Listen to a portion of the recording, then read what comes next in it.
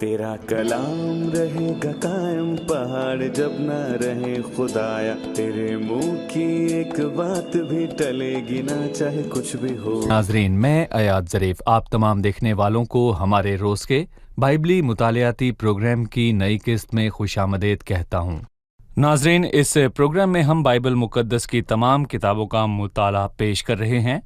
ابھی ہم حزقیل کے مطالعے پر ہیں اور آج ہم 43ویں، 44ویں اور 45ویں باب کا مطالعہ کریں گے، اور اس کے بعد اس عظیم کتاب کے مطالعے کی آخری قسط ہوگی۔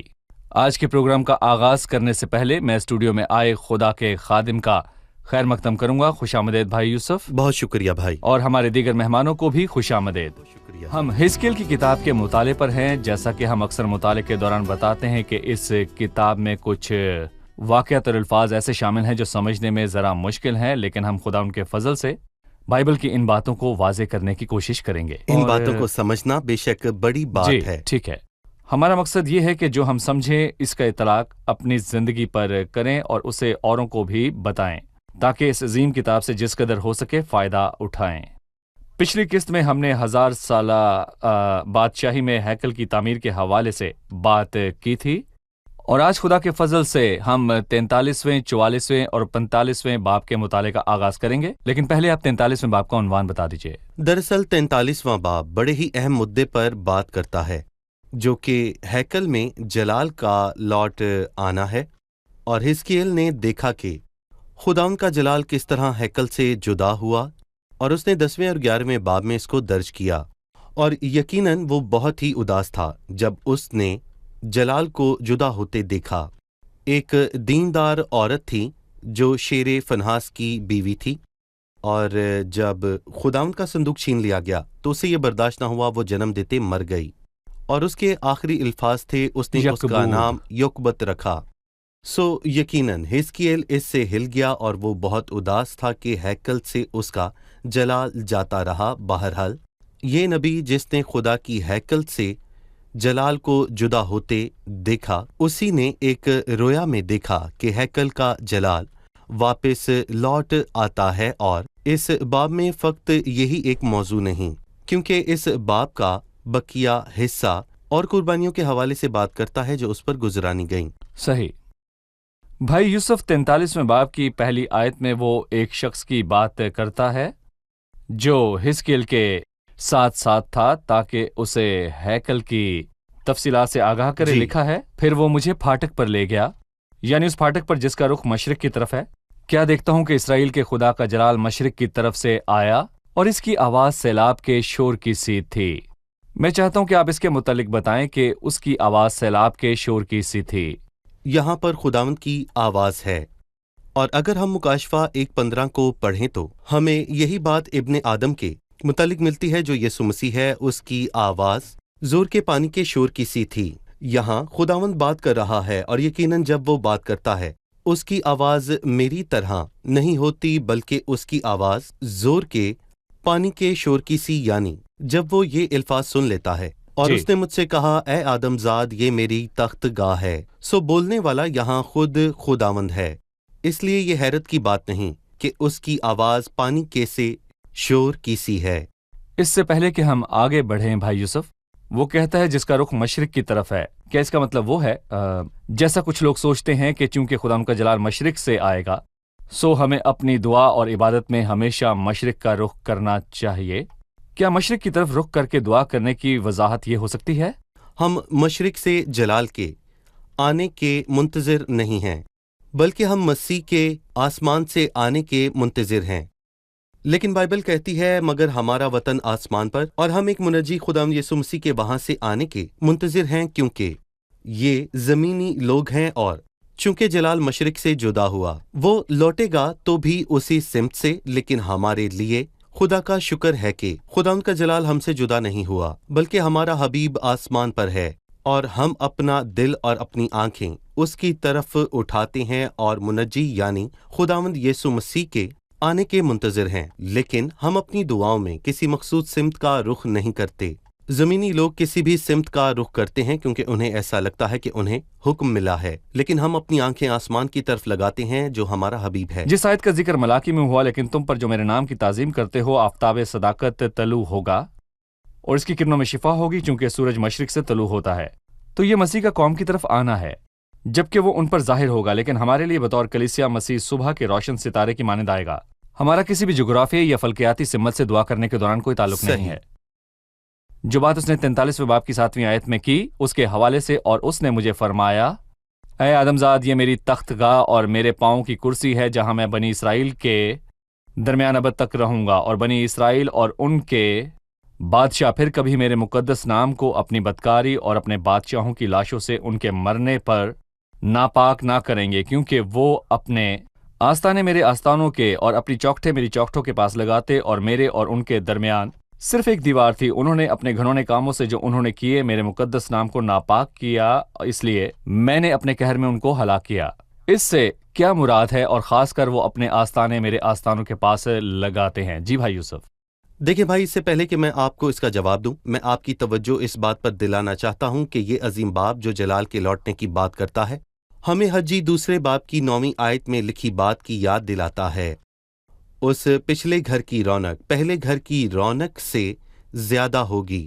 در حقیقت جلال یا رونق نہ صرف گھر تک محدود ہوگا، بلکہ ہم یسایا کے 6 باب کی 3 آیت میں یہ پڑھتے ہیں کہ ساری زمین اس کے جلال سے معمور ہے، اور ہم یسایا کے 4 باب میں پڑھتے ہیں کہ تمام جلال پر ایک سائبان ہوگا، اور اس کا مطلب ہے کہ خداوند کا جلال مسیح کی 1000 سالہ بادشاہت میں ہر ایک شے پر سایہ کرے گا۔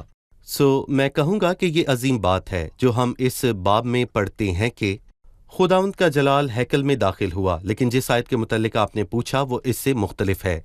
وہ کہتا ہے، اور بنی اسرائیل اور ان کے بادشاہ پھر کبھی میرے مقدس نام کو اپنی بدکاری اور اپنے بادشاہوں کی لاشوں سے ان کے مرنے پر ناپاک نہ کریں گے، کیونکہ وہ اپنے آستانے میرے آستانوں کے اور اپنی چوکٹیں میری چوکٹوں کے پاس لگاتے ہیں۔ آئے ہم 2 آیات کو پڑھتے ہیں، جی، اور جن 2 آیات کا میں یہاں پر مطالعہ کروں گا ان میں سے پہلی آیت دوسرے سلاطین کے 21ویں باب میں لکھی ہے، جو کہ منسی اور اس کے کام کے حوالے سے ہے۔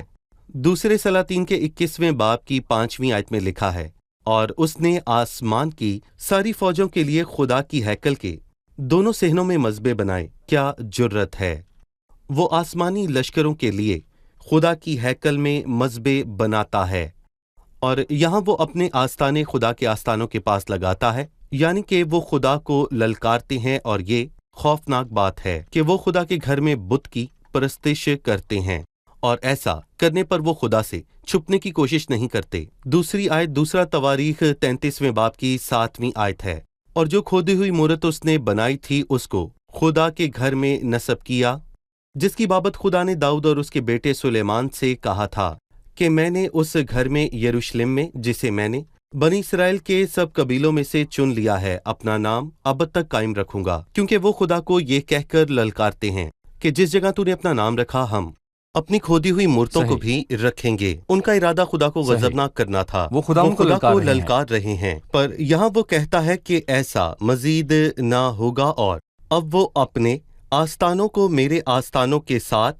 اور اپنی چوکٹوں کو میری چوکٹوں کے ساتھ لگانا پائیں گے۔ وہ خداوند کی عبادت سچے دل اور یکدلی سے کریں گے۔ صحیح۔ 12ویں آیت، اس گھر کا قانون یہ ہے کہ اس کی تمام سرحدیں پہاڑ کی چوٹی پر اس کے گردا گرد نہایت مقدس ہوں گی۔ دیکھ، یہی اس گھر کا قانون ہے۔ پاکیزگی کے تعلق سے ایک اور حوالہ یہاں ہے، اور جیسا کہ آپ جانتے ہیں 41ویں باب سے کتاب کے آخر تک وہ پاکیزگی کی بات پاکثرت کرتا ہے۔ آپ اس کے متعلق کیا کہیں گے؟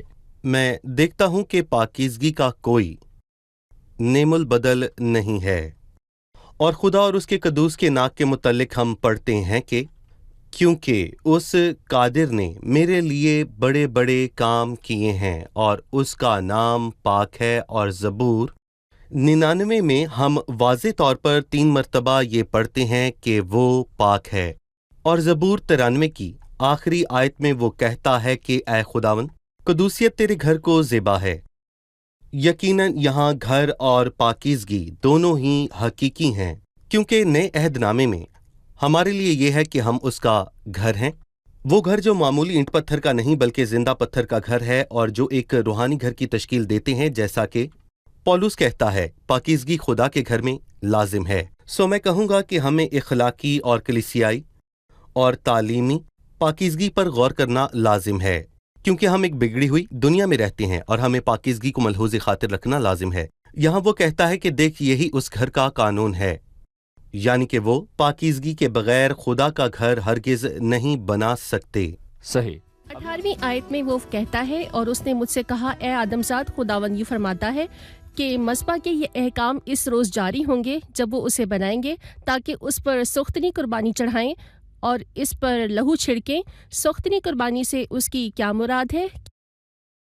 قربانیوں اور مذبح اور لہو چھڑکنے کا ذکر ہے، جس کا مطلب ہے کہ قربانیاں 1000 سالہ بادشاہی میں لوٹ آئیں گی۔ کیوں؟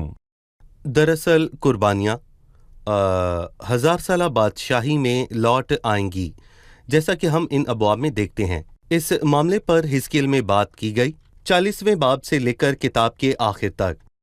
آپ دیکھ سکتے ہیں کہ مذبح کے یہاں پر 2 مقاصد ہیں، سوختنی قربانی گزراننے کے لیے اور پھر لہو چھڑکنے کے لیے۔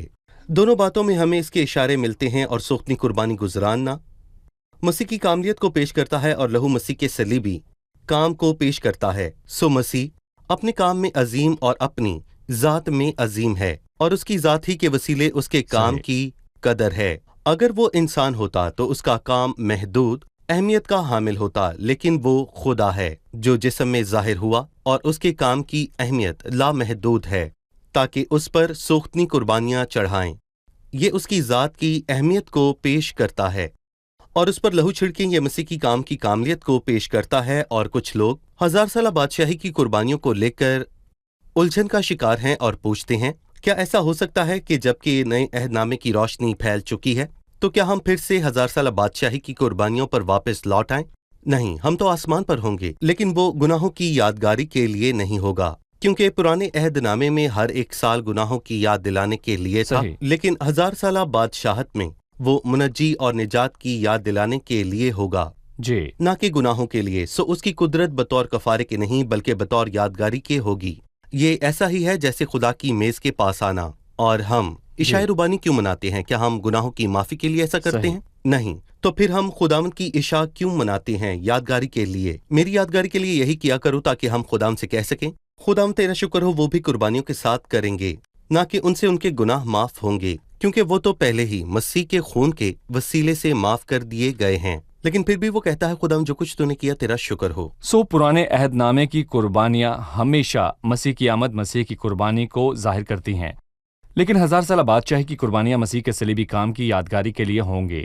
لہٰذا یہ 3 مرحلے پرانے عہد نامے کی قربانیاں جو مسیح کی آمد کو ظاہر کرتی ہیں، اور 1000 سالہ بادشاہی کی قربانیاں مسیح کے صلیبی کام کی یادگاری ہیں۔ بھائی یوسف، جب ہم 44ویں باب پر آتے ہیں تو دیکھتے ہیں کہ فرما روا کے متعلق کہا گیا ہے۔ لفظ فرما روا بارہا دہرایا گیا ہے۔ فرما روا کون ہے جس کا ذکر 44ویں باب میں ہوا؟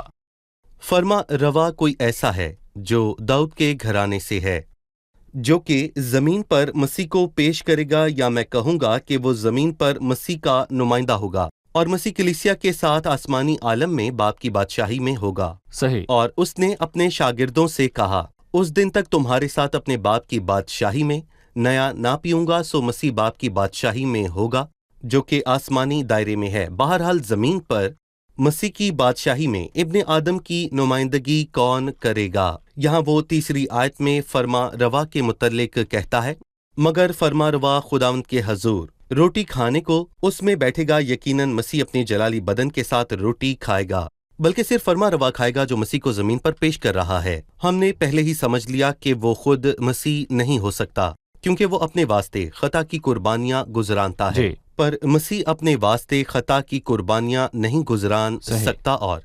اور ہم نے اس کو 45ویں باب میں دیکھا۔ میں کہوں گا کہ اس کی 22ویں آیت میں، اور اسی دن نافرما اپنے لیے اور اپنے تمام اہل مملکت کے لیے خطا کی قربانی کے واسطے ایک بچھڑے کو تیار کرے گا۔ تو پھر وہ شخص مسیح نہیں ہو سکتا۔ 46ویں باب میں وہ کہتا ہے کہ اور فرما روا لوگوں کی میراث میں سے ظلم کر کے نہ لے گا، تاکہ ان کو ان کی ملکیت سے بے دخل کرے، پر وہ اپنی ہی ملکیت میں سے اپنے بیٹوں کو میراث دے گا، اور اس کے ساتھ ساتھ فرما روا کے ہاں اس کی جسمانی اولاد کا ہونا صحیح۔ مزید اس بات کا ثبوت ہے، وہ مسیح نہیں۔ ٹھیک ہے بھائی یوسف، 15ویں آیت میں لاوی کاہنوں یعنی بنی صدوق کی بات کرتا ہے، لیکن لاوی کاہن یعنی بنی صدوق جو میرے مقدس کی حفاظت کرتے تھے، جب بنی اسرائیل مجھ سے گمراہ ہو گئے، وہ لوگوں کے لیے سوختنی قربانی اور ذبیحہ ذبح کریں گے اور ان کے سامنے ان کی خدمت کے لیے کھڑے رہیں گے تاکہ میرے حضور چربی اور لہو گزرانے۔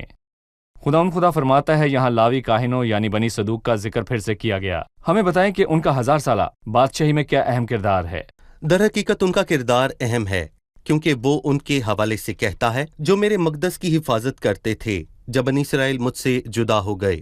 ایسا کب ہوا؟ وہ 10ویں آیت میں کہتا ہے، اور بنی لاوی جو مجھ سے دور ہو گئے جب بنی اسرائیل گمراہ ہوا، کیونکہ وہ اپنے بتوں کی پیروی کر کے مجھ سے گمراہ ہوئے، وہ بھی اپنی بدکاری کی سزا پائیں گے۔ تو بھی وہ میرے مقدس میں خادم ہوں گے اور میرے گھر کے پھاٹکوں پر نگہبانی کریں گے اور میرے میں خدمت گزاری کریں گے۔ وہ لوگوں کے لیے سوختنی قربانی اور ذبیحہ ذبح کریں گے اور ان کے سامنے ان کی خدمت کے لیے کھڑے رہیں گے۔ وہ لوگوں میں خدمت کریں گے، لیکن میری خدمت کون کرے گا؟ لاوی کاہن نہیں جو گمراہ ہو گئے جب بنی اسرائیل گمراہ ہوئے، بلکہ وہ لوگ جو میرے مقدس کی خدمت کرتے تھے۔ اور اس سے ہمیں یہ پتہ چلتا ہے کہ وفاداری کا، اور آج جب وفاداری بالکل ناپید ہو چکی ہے، صحیح۔ اس کا ابدی صلہ ہے، مطلب میں آج خدا سے وفادار ہوں، تو جب میں آسمان پر جاؤں گا تو میں بہت سی برکتوں سے محظوظ ہوں گا۔ صحیح۔ جب وہ گمراہ ہوئے، جب تمام بنی اسرائیل گمراہ ہوئے، تو لوگوں میں خادم ہوں گے، لیکن افسوس کہ وہ ذاتی طور پر خداوند کی خدمت نہ کریں گے۔ ٹھیک ہے، چلیے اب ہم 45ویں باب کی طرف بڑھتے ہیں جو کہ ملک کی تقسیم کی بات کرتا ہے۔ میں چاہوں گا کہ آپ اس باب کے متعلق ہمیں بتائیں۔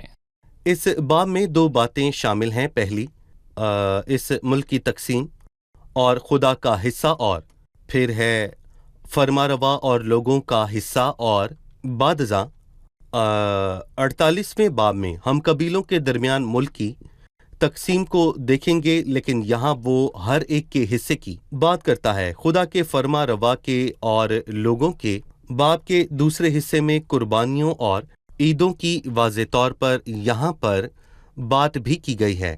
وہ قربانیاں جو خداوند کے حضور گزرانی جائیں گی اور سالانہ عیدیں جو کہ لوگ خداوند کے حضور منائیں گے۔ 13ویں آیت ہے، وہ قربانیوں اور عیدوں کی بات کرتا ہے۔ ہمیں ان قربانیوں اور عیدوں کے حوالے سے کچھ بتائیے، آپ کیا کہیں گے بھائی؟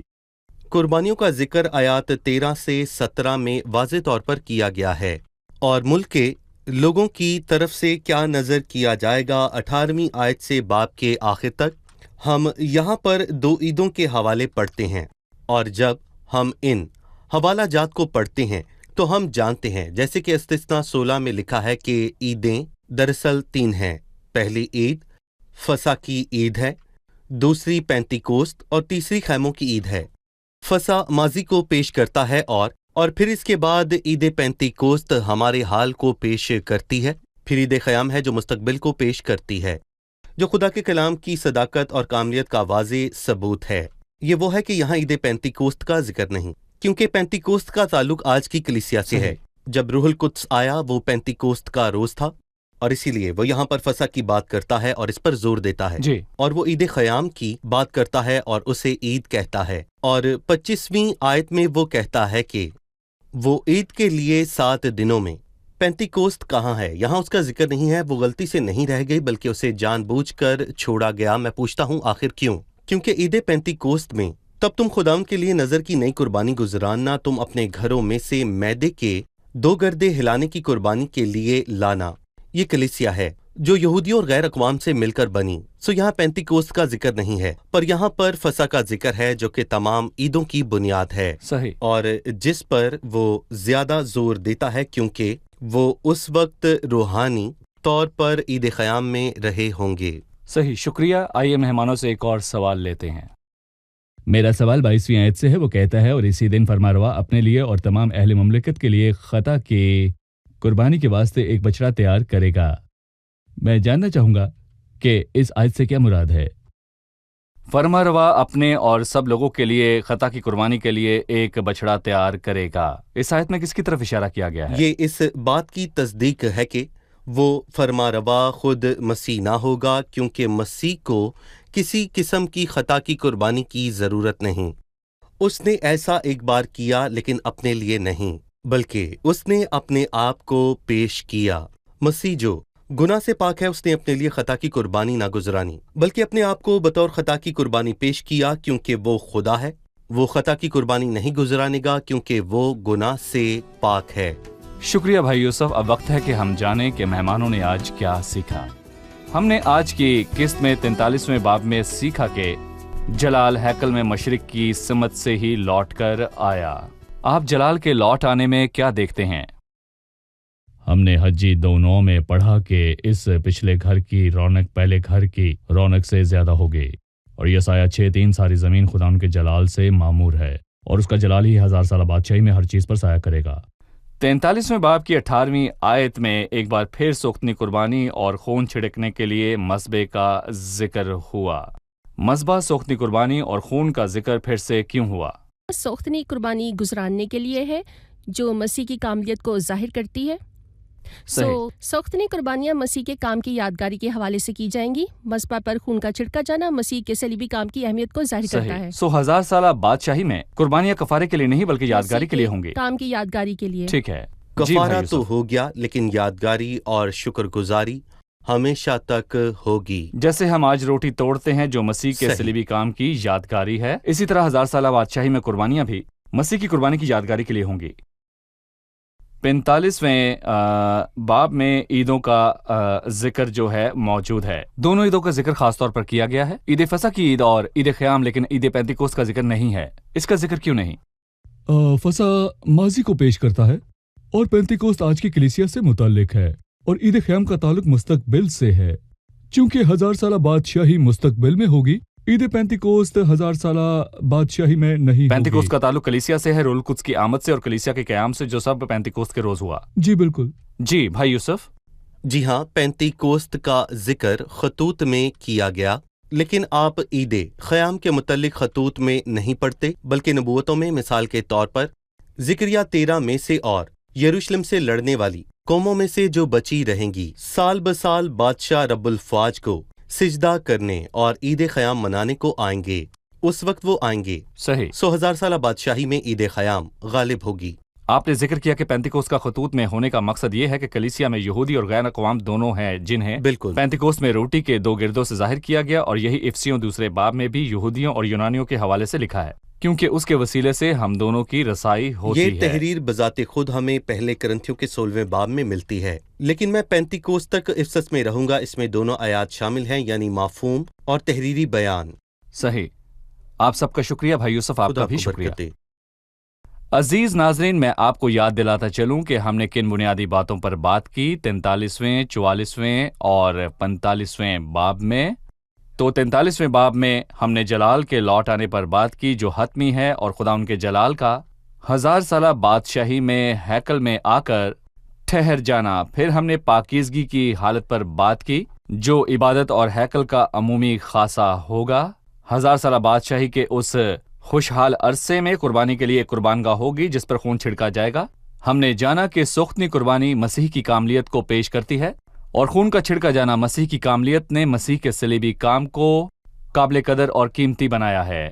1000 سالہ بادشاہی کی قربانیاں یادگاری کی قربانیاں ہوں گی جو مسیح کی قربانی کو پیش کریں گی، اور وہ کفارے کی قربانیاں نہ ہوں گی۔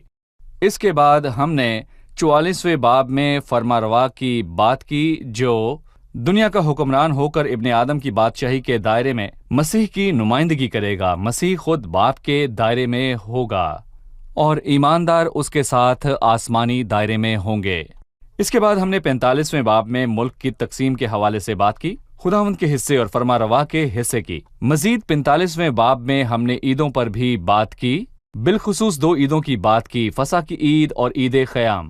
پینتیکوست کا تذکرہ نہیں ہوا کیونکہ اس کا تعلق کلیسیا کے حال سے ہے، اس کا تعلق کلیسیا کے قیام سے ہے، جو پینتیکوست کے روز ہوا جب روح القدس نازل ہوا۔ 1000 سالہ بادشاہی میں فصح کی یادگاری ہوگی جس کا تعلق ان لوگوں سے ہوگا، اور عید خیام کی جو مسیح کی 1000 سالہ بادشاہی میں ان لوگوں کی آخری منزل ہوگی۔ اگلی قسط میں پھر ملاقات ہوگی۔ خداوند آپ